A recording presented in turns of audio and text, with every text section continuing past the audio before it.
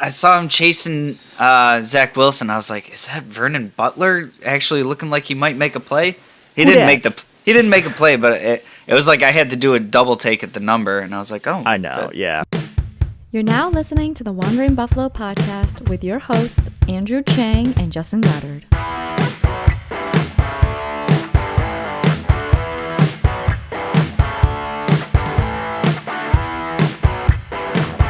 Hello and welcome into another episode of the Wandering Buffalo podcast, a show here on the Built-In Buffalo Network. My name is Andrew Chang, and alongside me is my co-host Justin Goddard. Justin, the Bills just wrapped up the AFC East. They got it done at home, and if that wasn't enough, the Patriots lost to the Dolphins in Miami, Week 18. It's a great feeling, but we got to talk about this game. But first of all, how are you doing? For all of the things that you just mentioned, I'm doing great right now. It's great to wrap up the regular season on a high note, both for us and a negative for New England is always a positive for us. Mm-hmm. But not the prettiest of games. I think a lot of people are kind of hoping we'd be seeing some backups in at some point. But hey, end of the day, they got the job done, sealed it up, and back-to-back division champs, man. It feels good. Oh, yeah. I already bought my stuff. I didn't get there yet. It is right there in the checkout. It's processing, so I'm very happy about that. But as always, you can find us on most social media and podcasting platforms and even on YouTube by searching up the Wandering Buffalo podcast. We're going to get into our 4 segments in today's episode, so without further ado, here's number 1. Number 1, we got to talk about Josh Allen. Justin, why don't you break out that fancy calculator of yours? Oh, love it. And what's 24 over 45? Not great. 53.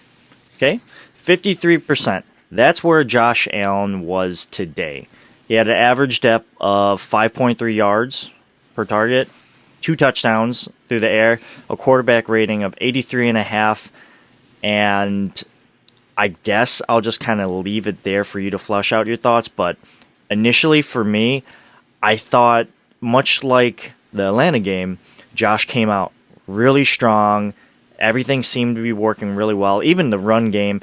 And then after that, you just saw kind of like this, I wouldn't say decline, but again, momentum shift, because the Jets, who have the 32nd ranked defense of all of football coming into Week 18, were able to make adjustments, and the Bills didn't have an answer for a while, but we all know how this ended because the Bills won the game and recaptured that momentum. But Josh, again, started strong, then low, then strong again.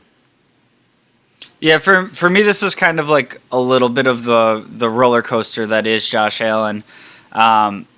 I think when you look at the highs that he gives you, I mean, you're talking like best quarterback in franchise history, and the lows that you get, I mean, still better than most of the quarterback play we've seen in like the last 20 years, but definitely unexpected. I think one of the saving graces for him is when he's struggling a little bit through the air. He's always got his legs to fall back on, and a lot of quarterbacks don't have that. If they're having a tough day passing, it just is what it is. But he can always pivot to using his legs. So even on a day that looked and felt and honestly overall was a pretty rough day for him, he still ends up with, goes over 300 yards, 2 passing touchdowns. And, the end of the day stat line feels a little bit better than it actually was watching the game. Mm-hmm. Very similar to the Atlanta game, where I feel like he was very in rhythm, and a shot gets taken downfield and they just barely miss it, and then it feels like they're just chasing that, like they're this close to a big play, so it's like, okay, we have to get the big play now. Whereas when he's methodical and works underneath in the intermediate routes, the offense stays on schedule and they move. And it just seems like 2 consecutive weeks it's kind of gotten to like he gets away from that, and then we spend a quarter and a half trying to get back on track.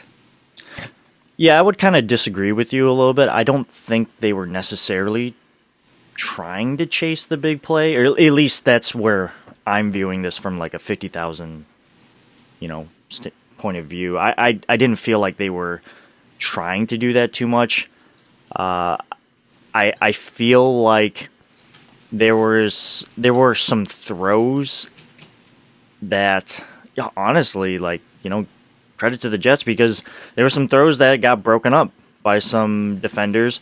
There were some passes that could have been placed a little better, and obviously I am a Josh Allen fan, and I am always going to be his biggest fan, but that doesn't mean you can't be a little critical of him, I guess. If for all the people that are out there like, what are you talking about? I just don't necessarily think that he was doing that, but that's okay. And I guess this is a good spot to transition to the second segment because, well, you've already said it.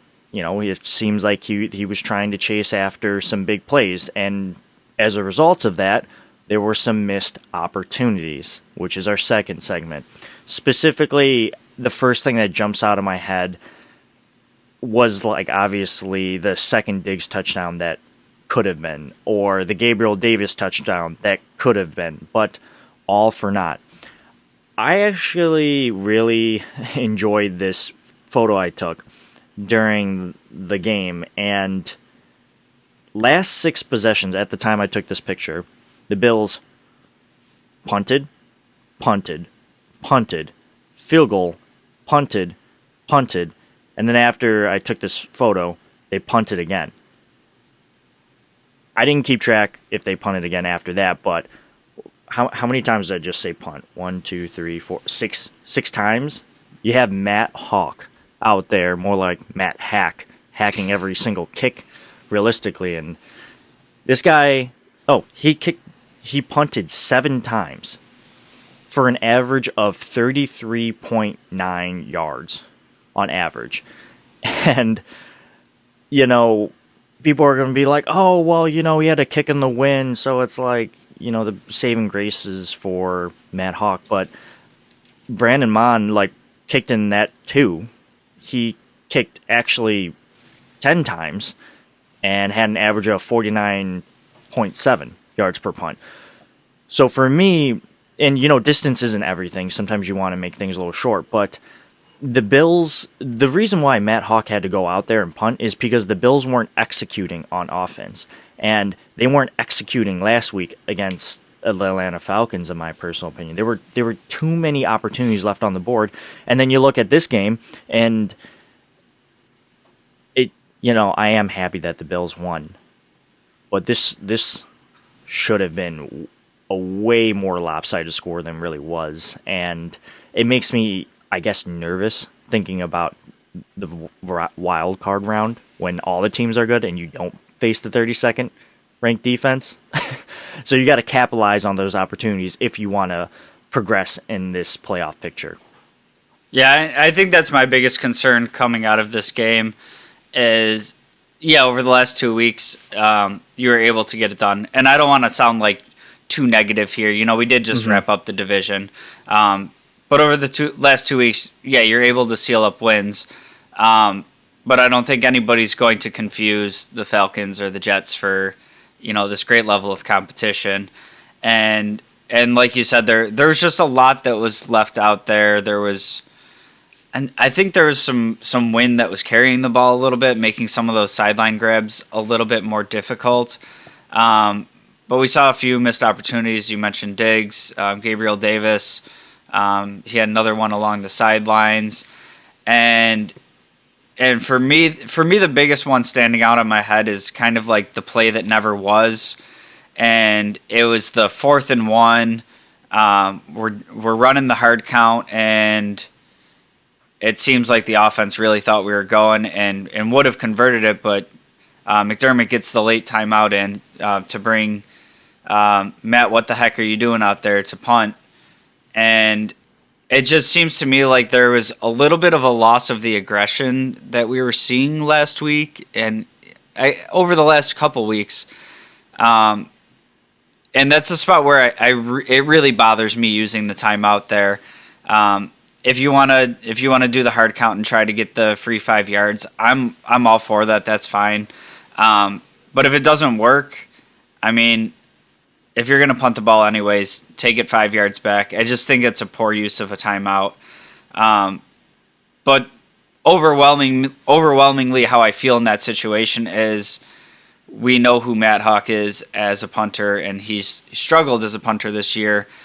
And you have a very productive offense against the worst defense in the league. So 4th and 1, yeah, try to draw him off sides, but right before the play clock expires, run that quarterback sneak with Josh Allen, give him a chance to pick it up. And if he doesn't, you have the best defense in the league, and let them go out in there and take care of business. I just really don't like seeing that sequence right there. Yeah, I hear you. I'm more of... I understand why they called the timeout, because I'm pretty sure we were in our side of the field, and at that time, it was, what was it? Like a 3-point game when you're talking about this? Or either that, it was either 3 or 6. It was like either 13-3 or 13-6. Or I'm sorry, 13-7 or 10-3. So I definitely understand why they called the timeout there. For me personally, I would have done that too. Just because, you don't, your offense right now isn't in rhythm. So I don't know, like, would you punt the ball away and give your defense a longer leash, or kind of put them on their heels? So I don't know. I again, the Bills won, so it's hard for me to be like upset and critical like with stuff like this. But I definitely agree with why the Bills called the timeout there, because they were deep in their own territory, and that's okay. I'd say my only real complaint there, right, is you get the ball back and you're driving right before half, and we end up at the 3-yard line with 3 seconds left, and it's just a spot where it would be nice. Hindsight's 20/20, but if you had that timeout, maybe we can pull points there. That's all I'm really thinking in that situation. Yeah, for sure. All right. Well, I guess in general, outside of that wasn't the only missed opportunity. And again, this offense had multiple opportunities to execute and put points early on in this game, and you just didn't see that, especially in the third quarter. That third quarter was so bad for the offense, right? First quarter, they come out blazing, 10 points. Second quarter, 3 points. Third quarter, 0 points. And then the fourth quarter, they steal that momentum back and get 14 points. So Bills' worst offensive quarters, 2 and 3, hands down, no doubt about it. But Justin, I'm pretty sure my math is right here, but why don't you divide 7 by 20 to me? 7 times 5, I want to say that's 35. 7 divided by 20? Yeah. That's 35. You didn't even need a calculator. I know. Well, 35%. That's the completion percentage that Zach Wilson threw against the Buffalo Bills defense, and we'll get into that right after this break.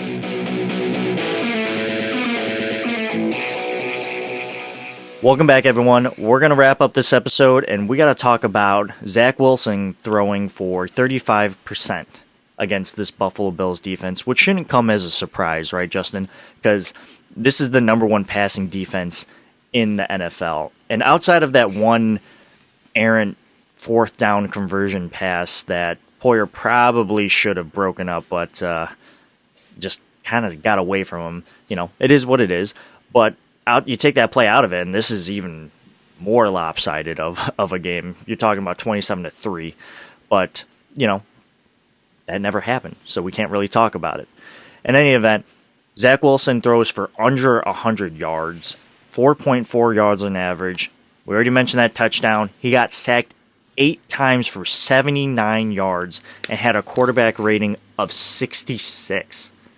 The Bills' defense, 44 total tackles, 30 solo tackles, 9 sacks, 10 tackles for loss, 3 pass deflects, and then, again, 10 quarterback hits. You want to talk about this defense rising to the occasion, making an inferior opponent like the Jets really just kind of crumble down? The Bills' defense took advantage of those opportunities. Now, I understand our last segment was talking about how the offensive side of football, they didn't take care of those opportunities. But the Bills' defense, they did their job. They kept them they kept the Jets from doing anything good. And I understand that the Jets' weapons were out of this game.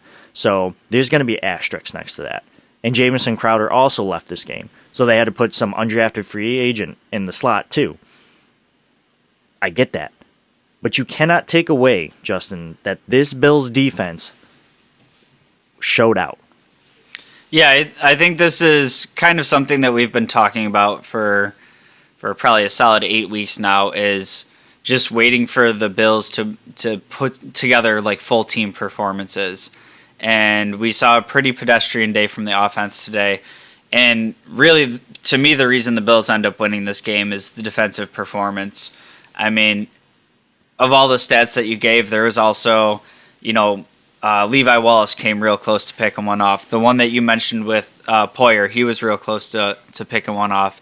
And that one, in my opinion, looked like it might have gone to the house. Mm-hmm. But the defense really stepped up today.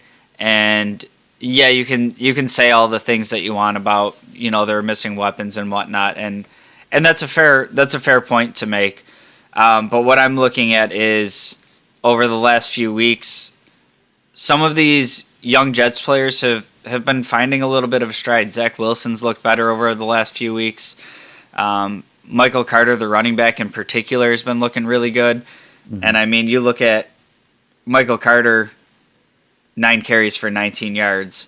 So, he's a player that's really been gaining steam for them. And our run defense has been kind of something that we've struggled with. And it's the old cliche, you got to beat who's in front of you, and you can't control any of that. Just go take care of business.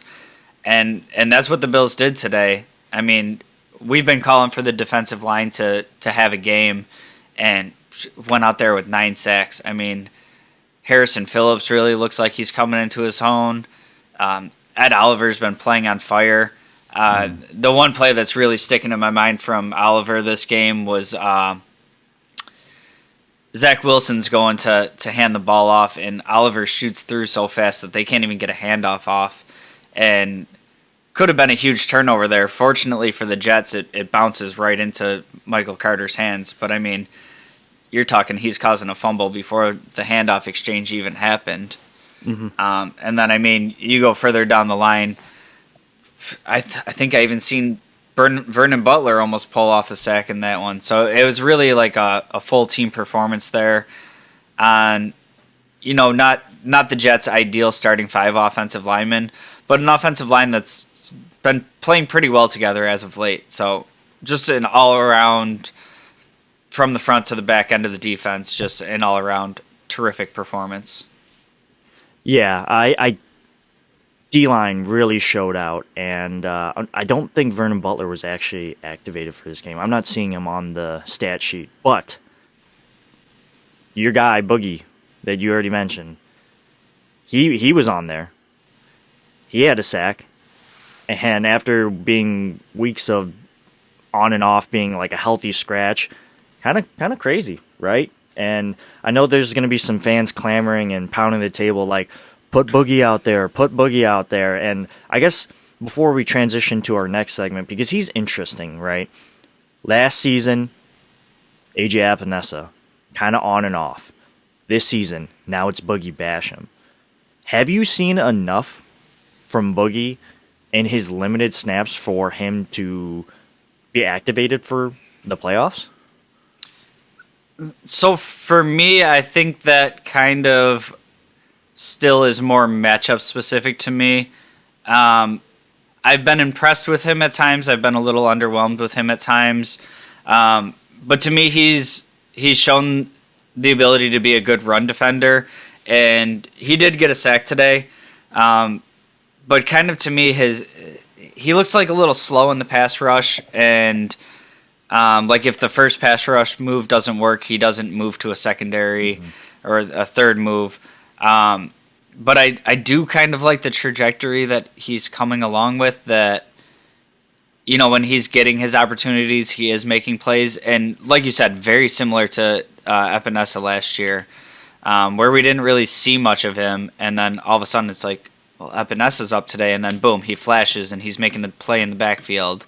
I think it's very much the McDermott philosophy of everything having to be earned, and you know, they don't really care where they drafted you. If you don't earn a spot, you're not getting it. But to me, that kind of bodes well, looking more to the future with a couple aging defensive linemen, defensive ends. But for the remainder of this season, the playoffs, I would say if you have a more run-heavy team, I'd see him in there. If it's going to be more of a passing offense, I'd probably leave him off the field. Right. I want to correct myself. Vernon Butler was activated for this game. Okay. He just didn't show up in the stat column. Yeah, which I saw doesn't him, sound surprising. Yeah, to me. I saw him chasing Zach Wilson. I was like, is that Vernon Butler actually looking like he might make a play? He didn't make a play, but it was like I had to do a double take at the number, and I was like, oh, I know. Yeah. I mean, if FA was able to go in this game, Vernon Butler doesn't see the field. For hands sure. down, in my opinion. Well, Justin, I guess that pushes us to our last segment here, and probably the most important and, I guess, meaningful to me. And that's that the Bills have locked up the AFC East. 2 years back to back. And if, God forbid, that the Bills did lose this game, the Patriots lost against the Dolphins.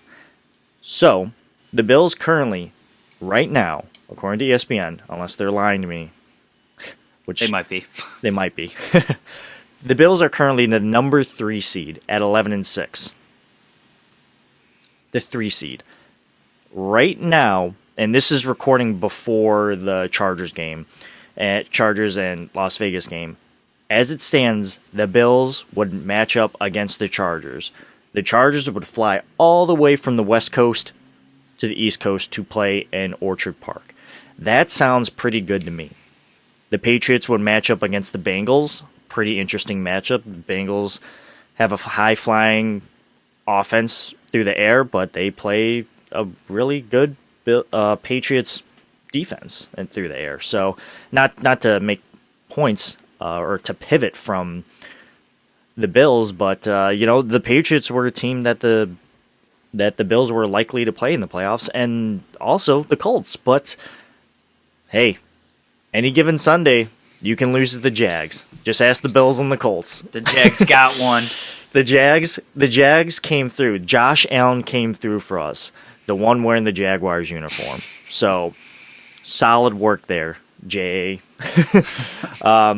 Anyways, so, yeah, the Bills, 3rd seed, back-to-back wins. I got my gear. It's already on the way. Somehow a hat and a T-shirt amounts to $80. Burning me once again, but I'm about it. When you go back-to-back, you got to do stuff like that. Now, could you imagine if you were like a fan of the Patriots and you had to buy that gear consistently? Like, oh my God. I'd be broke. I'd be a hobo. Like, no more winning. Yeah. Not to pivot to the Patriots or anything, but yes, Bills in the playoffs, secure that AFC East. We have at least one playoff game here in Orchard Park, one game that I think I might attend to, but every time I've gone to a game this season, they have lost. But just flush out your thoughts. What does this win mean for you, your, I guess, fandemonian, and like, yeah, just in general, how does it feel? I mean, so everything I know growing up being a Bills fan, it's like erasing this whole past of what I grew up with. So it like for me, backing into the playoffs with Tyrod Taylor was like having 15 Christmases at once, right? Mm-hmm. And now it's like these adjusted expectations to, not only are we making the playoffs, but we're controlling the division. And, this season didn't. Anybody that you talk to, if they tell you it went how they thought it was going to go, they're lying to you. We had such high aspirations for the season, and it was a roller coaster ride. But at the end of the day, they go out and take care of business and lock this up. And, last week's show, I kind of touched on, I'm not really concerned with whether or not we win the division or not. And I would like to formally go back and backtrack on that. Because I'm just thinking about it for myself on like being glad to be in the playoffs. But for that locker room right now and the love they have for each other to go out and, it's like you won something before it even starts and just drawing you closer before it goes all in. So I would love to be a fly on the wall in that locker room right now and just see the joy in everybody. Kind of touching on, you said if the playoffs start today, we're looking at the Chargers. I believe if it's not the Chargers, it is the Raiders. I believe it's the winner of that game. So I think either way you cut it, it's going to be a West Coast team flying out to Orchard Park for a cold winter playoff game. So I mean, both teams got there for a reason and present different challenges. But yeah, right off the bat, taking a West Coast warm weather team, flying to us and playing in the cold. I like that matchup in the first round. So, right. I mean, for me right now, we're in the bonus territory of I've had a ton of fun this season, and we were able to lock up the division, and we're in the dance, and now everything that we do after here it's just bonus wins for me. So yeah, this is where the fun really kicks off for me. Absolutely. The season starts off 0-0 next week, and yeah, and I couldn't be more happier of this team. That my expectations going into the season were, can we make it to the playoffs and can we get that AFC East division again? And my expectations have been fulfilled. So anything outside of that, we're playing with house money. House money's back? No. Other people might go like, I want a little more. And that's okay. If you want more from this team, they are very capable of doing it. We know that they're capable of doing it. They just got to go out there and do it and execute. The defense is showing up. The offense is showing really good play calling and I guess opportunities to be who they were last year. Not to say that they aren't anywhere near that, but I am just very excited about what this team can possibly do down the stretch. And other than that, Justin, I don't really have much else to talk about this game. Do you? No, I mean, we said at the beginning it wasn't the prettiest games, but the result was there and the goals are in hand. So now it's one game at a time. I will say McDermott changed all the signs in the Bills facility from playoff caliber to championship caliber. So I like that. Hopefully the team just takes that as that little bit of a change in the state of mind and the results show up on the field because. Man, I'm telling you, this is a team that could win it all. Right. So wherever you're listening to this podcast, I just want to say thank you for listening to this. Congratulations on this awesome win. I know you're feeling pretty good about it, unless you're a Jets fan or Patriots fan. Whatever. If you're not a Bills fan in general and you're a Bills hater, so. Regardless, if you have the time, please, drop a like, comment, or subscribe to our podcast. It'd be greatly appreciated. And just tell people about us. We would love that. We want to share our enthusiasm for our team with everyone. So, especially Bills fans. Keep Buffalo a secret, right? So, not to everyone, but to the right people. So, for us and Justin, where can the people find you? You can find me at any social medias at jgods22. And hit us up. Let's join the show. Let's talk some Bills football. Absolutely. And you can find me on social media by searching up Two Changs. Who got your back? I like that commercial that they put out there. I just thought about it myself. But that's going to do it for us. And until Thursday, where we preview the winner of, I guess, the Chargers and Rams game, if I'm not misspoken. Right? If you're misspeaking, I gave you the information, so blame me. All right. Well, take care, everyone. Thanks for listening. And as always, Go Bills.